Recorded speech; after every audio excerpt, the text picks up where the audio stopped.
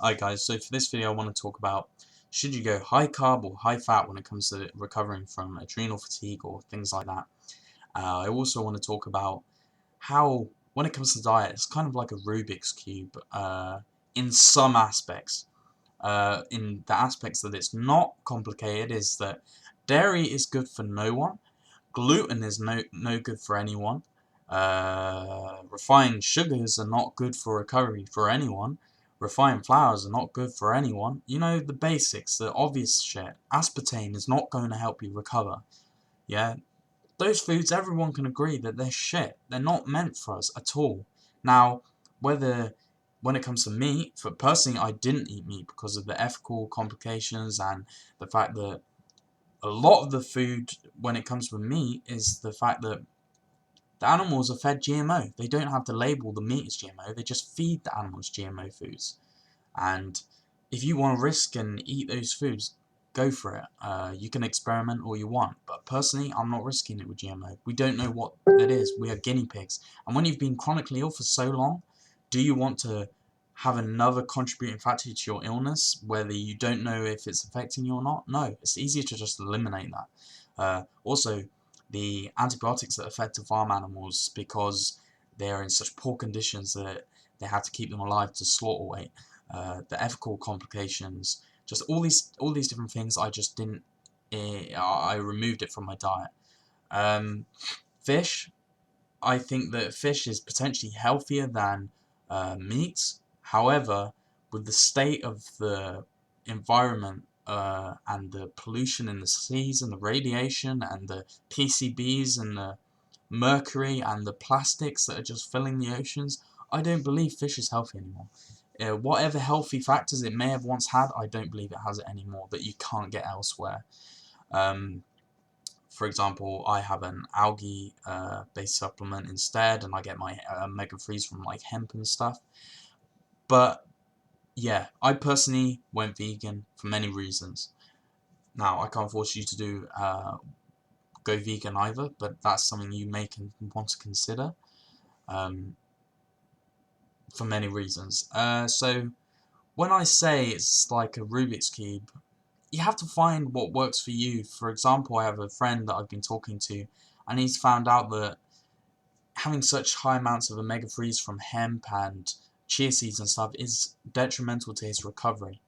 Now, like I said, all those foods before, like the gluten, the dairy, the refined foods, the aspartame, the artificial stuff, everyone can agree that that is shit. It's not going to help you recover. However, there may be certain things that may be deemed okay for most people, but may not be for you, and that's something you're going to have to work out on your own. For example, for me, when I was recovering, I couldn't tolerate oats, even if they were gluten-free. For some reason, I couldn't tolerate them. I felt weak, I felt tired after them. Oats are something that I thrive on now. I believe that's after my 2-year stint of removing those foods, my gut healed, and I could tolerate oats again. But this is something you're going to have to work out for yourself. It doesn't work everyone the same way. I may thrive off oats. You may not be able to thrive off oats. It's something you're going to have to work out yourself. It's no one set thing for everyone. However, those 5 foods again, the aspartame, the gluten, the dairy, everyone's going to be much better off without those foods. In my personal opinion, they don't do anyone good. It doesn't make sense that we have dairy every day. Even for people that are not ill, that will catch up with them, I believe. It's just not a health food. It's meant for baby calves and no one else.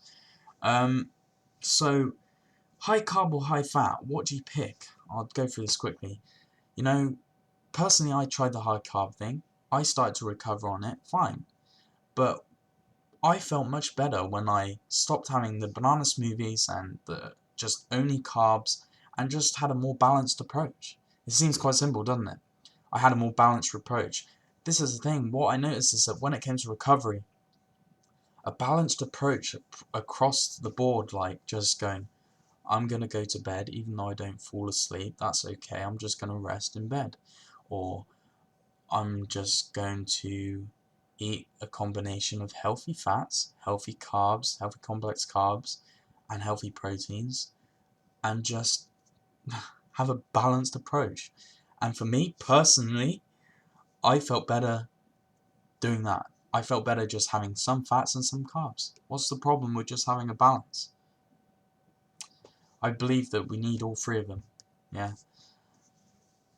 For optimal health, for example, I won't go into that. There's no point. It's a 5-minute video already. But yeah, if you're looking to go high fat and no carbs, or high carb and no fat, just consider maybe going a more balanced approach. The only time I would consider going high carb and low fat is like if I wanted to get over diabetes. You know, Dr. Neil Barnard, very famous doctor in the US, well known for treating type 2 diabetes with a high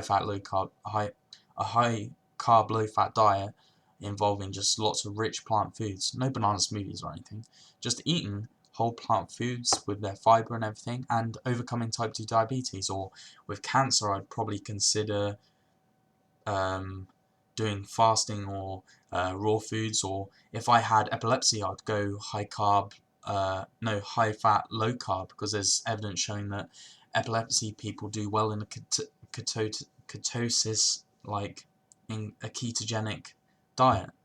I botched that so bad. Ketogenic diet helps people with epilepsy avoiding epileptic fits. So you really have to just figure it out yourself. However, if you're someone that's chronically ill now, get dairy, get gluten, get refined flours, get refined sugars, get the artificial shit out of your diet. That's not helping you. It only makes sense to get rid of that shit. Okay, hope this helps when it comes to diet when recovering.